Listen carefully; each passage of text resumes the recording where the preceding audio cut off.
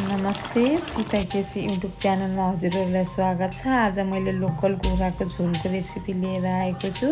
यसको लागि चाहिँ मैले 1 केजी मासु ल्याएको छु। कराई बसाए। अब त्यसमा चाहिँ आफूलाई चाहिने जति तेल राखेको छु। अब हाम्रो तेल डढेको छ। अब यसमा चाहिँ मैले थोरै गरेर मासु पनि राख्छु।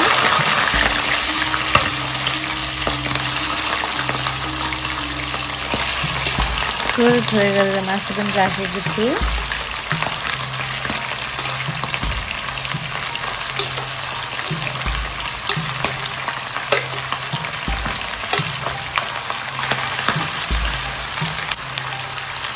अब मैले मासु राखिसकेपछि यसलाई चलाउँछु बिस्तारै 1 मिनट जति यसलाई यसरी चलाउँछु। फेरि मैले छोडिदिन्छु आधा मिनट जति। अब फेरि पनि मैले 1 मिनट यसरी नै चलाउँछु।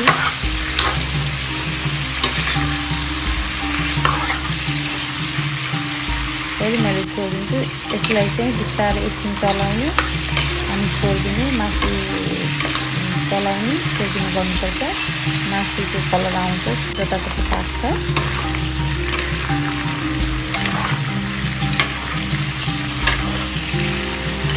यसरी चलाउने छोड्ने कम्तीमा नै 10-15 मिनट जति गर्नुपर्छ। अब हाम्रो मासु हेर्नु कति राम्रो कलर आएको छ, रातो हुन लागेको छ।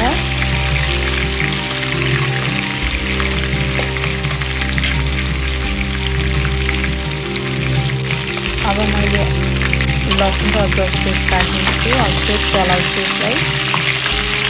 मेरो मासु फ्राई भइसकेको छ। यसमा मैले प्याज पनि काटेर राखेको छु। फेरि पनि चलाउँछु।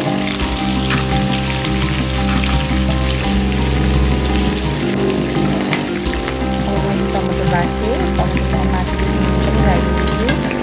टमाटरसँगै नुन राख्यो भने चाहिँ टमाटर फाट्छ। त्यो भएको कारणले मैले जहिले पनि टमाटरमा नुन राख्छु। अब मैले एकछिन छोपिदिएको छु। यसलाई कम्तीमा 7-8 मिनट छोपिदिने।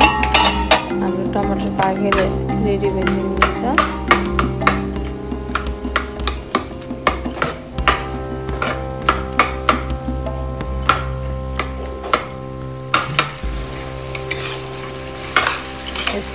मैले फेरि पनि चलाएको छु। मसला सबै मिक्स हुन्छ।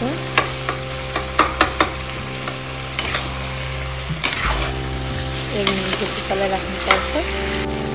अब यसमा मैले जिरा धनियाँको धुलो राखेँ, गरम मसलाको धुलो, बेसार, चिकन मसला पनि राखेको छु। अनि यसलाई चलाउने मसला सबै मासुमा लाग्ने गरी।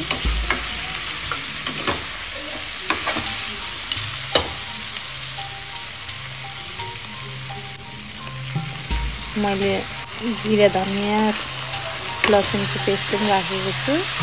त्यही राखेर चलाएँ। 2 मिनट जति यसरी नै चलाइराख्नुपर्छ।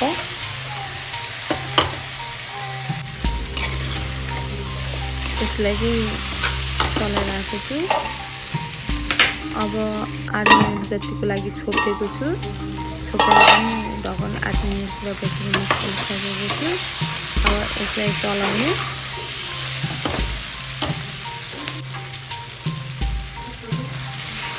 मसला लागेर पानीमा राखेको छु। फेरि पनि चलाउने।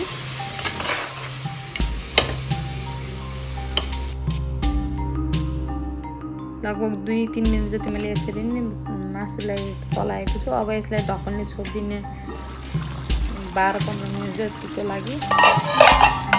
अब हाम्रो मासु पाकिसकेको छ। यसलाई 3-4 मिनट जति यतिकै पाक्न दिने।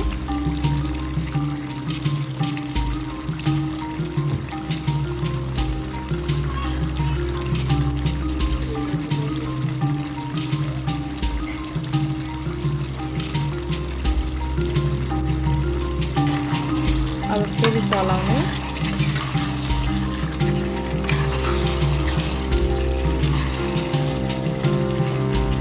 4 मिनट लगाइसकेको छ। अब फेरि पनि यसमा मैले 1 गिलास पानी फेरि चलाउने। अब यसलाई सानो ग्यास बनाएर 15 मिनट पकाउने। हाम्रो 15 मिनट पुरा भइसकेको छ। मैले फेरि पनि पानी थपेको छु। अब यसलाई 10 मिनट जति